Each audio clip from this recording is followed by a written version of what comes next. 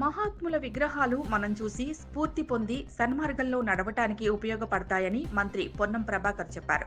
సిద్దిపేట జిల్లా కోహడే మండలం నాగసముద్రాల మోడల్ స్కూల్లో మహాత్మా గాంధీ విగ్రహాన్ని జిల్లా కలెక్టర్ మను చౌదరితో కలిసి మంత్రి ఆవిష్కరించారు. స్కూల్లో మినరల్ వాటర్ ప్లాంట్ ఏర్పాటు చేస్తామని విద్యార్థులకు హామీ ఇచ్చారు. జాతీయ స్థాయి వాలీబాల్లో పోటీల్లో పాల్గొన్న విద్యార్థులను అభినందించారు. మాజీ రాష్ట్రపతి అబ్దుల్ కలాం చెప్పినట్టు కలలు కని వాటిని నిజం చేసుకోవాలని విద్యార్థులకు మంత్రి సూచించారు. ప్రజాస్వామ్యం ప్రమాదంలో పడుతోందని, అందుకే గ్రామాల్లో జై బాపు, జై భీమ్, జై సంవిధాన్ కార్యక్రమాన్ని చేపట్టామన్నారు. ప్రభుత్వ పాఠశాలలో చదివిన వారేనని తెలిపారు. టీచర్ల సమస్యలు పరిష్కారం చేశామని, బదిలీలు, ప్రమోషన్లు చేపట్టామన్నారు. ప్రజాస్వామ్యం, రాజ్యాంగం, స్వతంత్ర చరిత్ర, తెలంగాణ ప్రత్యేక రాష్ట్ర ఉద్యమం, సైన్స్, సామాజిక స్పృహ ప్రతి దానిపై విద్యార్థులకు అవగాహన ఉండాలన్నారు. స్కూల్లో మధ్యాహ్న భోజనంపై ఎప్పటికప్పుడు పరిశీలించాలని, నాణ్యమైన భోజనం అందించాలని సూచించారు.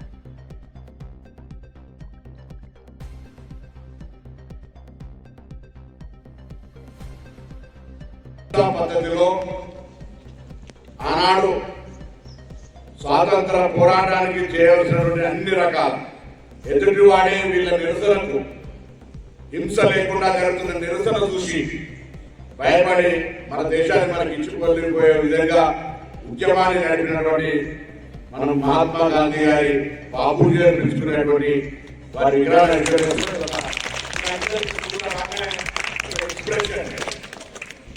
ఎందుకు పెట్టుకుంటాం?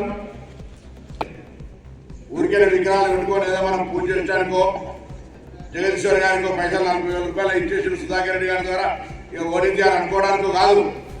ఎవరి ఉద్దేశమైనా మనకు వారు ఇచ్చినటువంటి స్ఫూర్తి చరిత్ర మాట దయచేసి గమనించండి. సో దాన్ని మనం అవకాశంగా తీసుకొని మీకు మీరుగా మీ లక్ష్యాన్ని నిర్ణయం చేసుకొని ముందుకు పోవాలని కోరుతా ఉన్నా. ఇవాళ పార్టీ లీడర్లు అందరూ వస్తున్న సంవిధానం అంటే ప్రజాస్వామికంగా రాజ్యాంగానికి ప్రమాదం ఏర్పడుతూ ఉంది. మహాత్మా గాంధీ గారు ఏం చేసినారు, రాజ్యాంగాన్ని రచించిన బాబు అంబేద్కర్ గారు ఏం చేసినారు అనేటువంటి విలువలు ఈ తరానికి తెలవాలని పొద్దుగా ఇంకా 10 ఏళ్ల తర్వాత నా తర్వాత వచ్చిన వాళ్ళు, కలెక్టర్ గారి తర్వాత వచ్చిన వాళ్ళు మహాత్మా గాంధీ అంటే ఎవరంటే ప్రస్తుతం లేదు, ప్రస్తుతం కూడా గతం ఉంటే ప్రస్తుతంతో భవిష్యత్తు 3 చైలింగ్ గా మనం గతాన్ని జ్ఞాపకం చేసుకుంటే భవిష్యత్తు కూడా మనం జ్ఞాపకం చేసుకుంటాం. వారు దయచేసి ఎలా ప్రజాస్వామ్యం అంటే ఏంది, మనం గాంధీ గారి యొక్క చరిత్ర ఏంది, లేదా వివిధ రంగాల్లో ఉన్నటువంటి వాళ్ళ యొక్క ప్రాధాన్యత ఏంది, ఇవన్నీ చదువుకుంటూ ముందుకు పోవాల్సిన అవసరం ఉంది.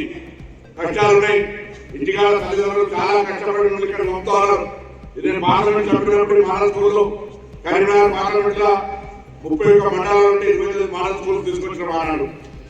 Model school